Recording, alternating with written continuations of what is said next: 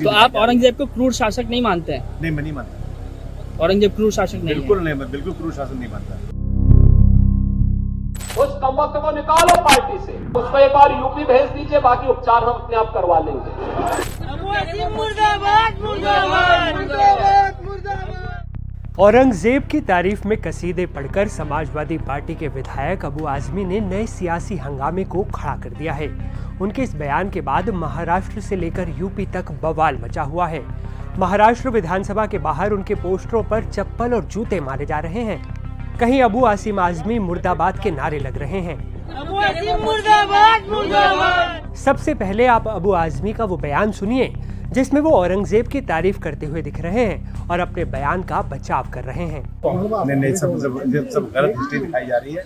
औरंगजेब रहमतुल्लाह अलैह ने बहुत सारी मंदिरें बनवाई हैं और आप बनारस में जाकर देखेंगे एक बच्ची, पंडित की बच्ची को, जब उनका ही एक सिपाही सालार उसके साथ शादी करना चाहता था, उन्होंने उस सिपाही सालार को 2 हाथियों के बीच पैर बांध कर वो मार दिया और उन पंडितों ने उनके लिए एक मस्जिद बना के दिया वहाँ पर। क्या बात करते हैं, ये गलत हिस्ट्री। तो आप औरंगजेब को क्रूर शासक नहीं मानते हैं? नहीं, मैं नहीं मानता। औरंगजेब क्रूर शासक नहीं है? बिल्कुल नहीं, मैं बिल्कुल क्रूर शासन नहीं मानता। मेरा कहना है कि इसको हिंदू मुस्लिम एंगल से नहीं देखना चाहिए और ये सच है कि उनके राज में भारतवर्ष सोने की चिड़िया था। भारतवर्ष 24% यहाँ का वो था। भारतवर्ष की सीमा अफगानिस्तान और बर्मा तक थी। तो ये कौन मिटा सकता है, हिस्ट्री से कौन मिटा सकता है? अब आपको उस मुगल शासक औरंगजेब की कहानी बताते हैं जिसको लेकर बवाल मचा हुआ है। इतिहासकारों के मुताबिक औरंगजेब ने अपने शासनकाल में इस्लामी शरिया कानून को आधार बनाते हुए कानून बनाए थे। औरंगजेब गाने बजाने को इस्लाम के खिलाफ मानता था, इसलिए उसने अपने दरबार में संगीत पर बैन लगा दिया था। औरंगजेब के कार्यकाल में हिंदुओं के घुड़सवारी पर प्रतिबंध था। कोई भी हिंदू पालकी में नहीं बैठ सकता था। हिंदू हथियार नहीं रख सकता था। औरंगजेब ने हिंदुओं पर जजिया कर थोप दिया था। औरंगजेब शराब को हराम मानता था। औरंगजेब ने शराब पीने और शराब के कारोबार पर प्रतिबंध लगा दिया था। औरंगजेब ने अफीम के कारोबार पर भी रोक लगा दी थी। वैश्यावृत्ति जैसे कामों को भी औरंगजेब ने बंद करवा दिया था।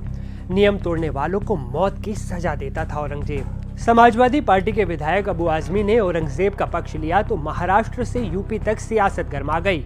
यूपी के सीएम योगी आदित्यनाथ ने विधानसभा सत्र में समाजवादी पार्टी से मांग करते हुए कहा कि अबू आजमी को पार्टी से निकाला जाए।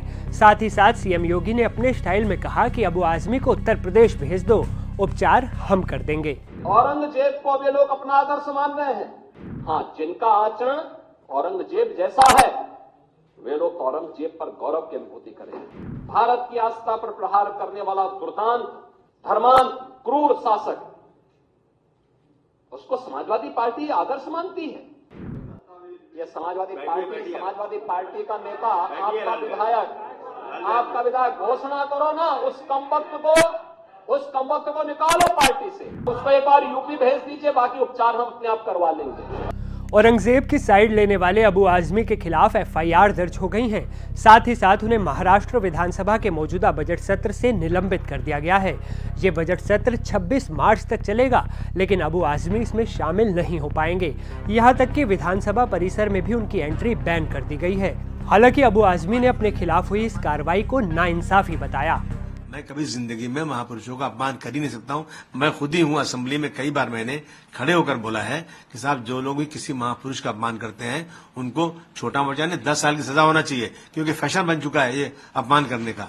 तो मैंने कहा किया, अब उसके ऊपर मुझे जो है पूरे सेशन के लिए सस्पेंड कर दिया गया है। मैं समझता हूँ ये नाइंसाफी है। उधर समाजवादी पार्टी के मुखिया अखिलेश यादव ने महाराष्ट्र में अपने विधायक के निलंबन पर सवाल उठाते हुए एक्स पर पोस्ट शेयर की।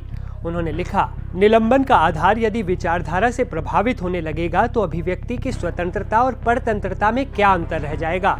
हमारे विधायक हों या सांसद, उनकी बेखौफ दानिशमंदी बेमिसाल है। कुछ लोग अगर सोचते हैं कि निलंबन से सच की जुबान पर कोई लगाम लगा सकते हैं तो फिर ये उनकी नकारात्मक सोच का बचपना है। तो अखिलेश यादव अपनी पार्टी के विधायक के सपोर्ट में बयान दे रहे हैं, वहीं बीजेपी और शिवसेना उनका विरोध कर रहे हैं।